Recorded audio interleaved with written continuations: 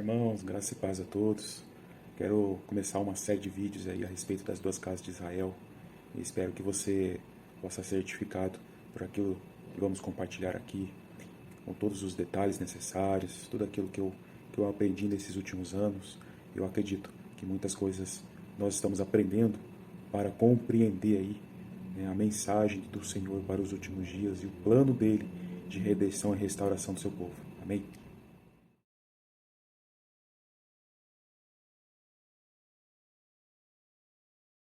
Vamos começar aqui a falar sobre as promessas do Senhor que ele fez desde a antiguidade. Nós podemos perceber aqui já em Gênesis capítulo 1, verso 28, o próprio Deus falando e abençoando Adão e Eva, declarando: frutificai e multiplicai-vos, enchei a terra. E isso vai se estender no decorrer das gerações vindouras, como está escrito aqui para a família de Noé. Em Gênesis capítulo 9, o Senhor vai falar para ele: frutificai e multiplicai-vos, enchei a terra. Então, essas duas palavras aqui, frutificai e multiplicai, são palavras importantes, porque elas vão ser reiteradas em profecias futuras aí. Nós, avançando um pouquinho aí, acerca das Escrituras, no capítulo 12 de Gênesis, nós começamos aí a discernir acerca do patriarca Abraão. O Senhor tem uma promessa aí através de Abraão. No Gênesis 12, o Senhor vai falar para ele: sai de tua terra, de tua parentela, e vai para uma terra que eu te mostrei. Pois em ti, né, serão benditas todas as famílias da terra. E no capítulo 17, ele vai complementar essa promessa, declarando para ele que será pai de muitas nações, e te farei frutificar grandissimamente, que nações e reis sairão dele. E aí, uma passagem muito importante acerca do patriarca Abraão, que nos faz entender todo esse plano de redenção sobre a humanidade, que está no capítulo 22, nos versos 17 e 18. Importante salientar que neste contexto do capítulo 22 é quando Abraão apresenta Isaque ao Senhor como sacrifício, e o Senhor impede Abraão de sacrificar Isaque, testificando que realmente Abraão era leal a Deus. Então o Senhor, ele abençoa Abraão com a promessa, e ele diz assim, que ele seria abençoado grandissimamente. Multiplicarei a tua descendência como as estrelas do céu e como a areia que está na praia do mar. Em tua descendência serão benditas todas as famílias da terra. Então, aqui nós temos uma passagem chave para nós entendermos que desta descendência haveriam aí duas classes dentro desta descendência. Uma classe de descendentes como estrelas do céu e uma classe de descendentes como areia que está na praia do mar. Importante salientar isso, porque através dessa descendência todas as nações da terra serão benditas. Esta descendência vai reger nações, sacerdotar nações, e isso aponta para o reino vindouro. Então isso é uma passagem muito importante para nós discernirmos isso, e no decorrer das Escrituras nós vamos perceber como que essas duas classes dentro desta descendência vão ser vistas pelo Senhor. Nós podemos enxergar aqui mesmo em Daniel capítulo 12, em um contexto de grande tribulação, como diz no primeiro verso aí, onde haveria uma aflição no qual nunca houve na história. Percebemos que é um contexto de grande tribulação, né? E aí no verso 3 vai falar que os que têm entendimento e são sábios resplandecerão com o fulgor do firmamento, e todos quantos se dedicam a conduzir muitas pessoas à verdade e à prática da justiça serão como as estrelas, brilharão por toda a eternidade. Importante isso, porque está apontando para uma descendência de Abraão, mas é uma descendência que está associada com essa classe de glorificados. Um povo de Deus que alcança uma condição de ser glorificado, apontando para a igreja. E nós também percebemos em outras passagens da Bíblia que existe uma descendência de Abraão que serão alcançados com misericórdia. Aqui no livro de Zacarias, capítulo 12, nos últimos versos, nós podemos constatar que sobre os habitantes de Jerusalém, na ocasião da volta do Senhor, e nós sabemos que na ocasião da volta do Senhor, o Senhor virá com os glorificados, com a descendência que alcançarão uma condição de estrelas do céu. E nesta volta do Senhor com os glorificados, o Senhor vai agir com misericórdia e livrar os habitantes de Jerusalém. E aqui em Zacarias 12 está claro de que eles receberão ali espírito de graça e súplicas, e eles olharão e chorarão amargamente por quem perde um filho primogênito.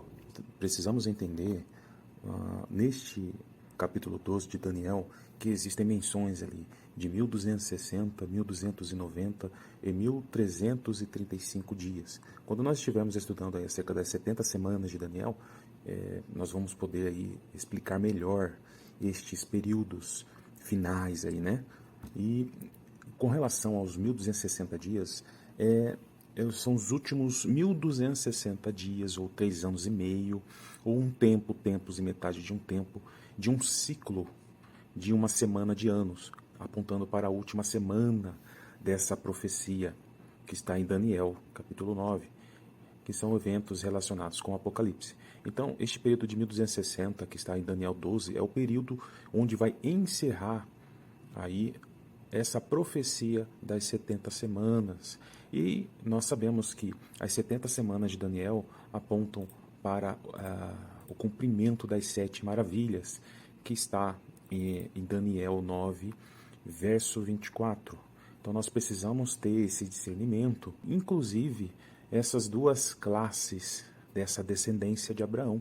Então, no 1260, ele vai apontar para a ressurreição, porque o anjo que está em Daniel, do capítulo 12, ele vai levantar a mão para cima, jurar por aquele que vive eternamente, e ele vai declarar que as maravilhas vão se cumprir depois de um tempo, tempos e metade de um tempo, após terminado o poder do povo santo. Então, o poder do povo santo, ele vai acontecer ali com essa liberdade de profetizar, com sinais e maravilhas, na primeira metade desta última semana. Contudo, na segunda metade, que são 3 anos e meio, vai apontar para esses 1260 dias de perseguição. E no encerramento desses 1260 dias, vai acontecer a ressurreição dos santos. E também no verso 1 de Daniel 12, vai falar que vai haver um livramento para aqueles que estão inscritos no livro. E a gente sabe aí que esse livro é o livro da vida. Então, associando também com a ressurreição para a vida eterna, no verso 2. Então, essas são as maravilhas. E as maravilhas das 70 semanas está em Daniel 9, 24, que está escrito que haveria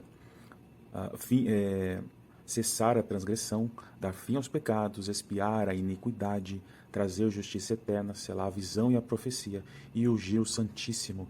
Perceba que são elementos aqui, essas maravilhas apontam para o dia da expiação.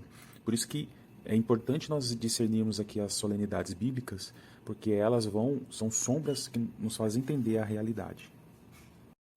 Daí algo que precisamos discernir aqui no verso 11 é que desde o tempo em que o sacrifício contínuo for tirado e posta a abominação desoladora, haverá 1290 dias. E nós sabemos aí, pelo próprio livro de Daniel, que o sacrifício contínuo ele será tirado exatamente na metade da semana. Então, na metade da semana, ainda haverá 1290 dias, ou seja, 30 dias além dos 1260.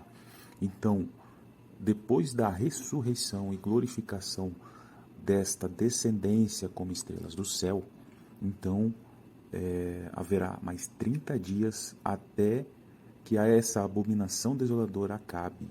E quando nós falamos de abominação desoladora, a gente está falando do período de domínio do anticristo.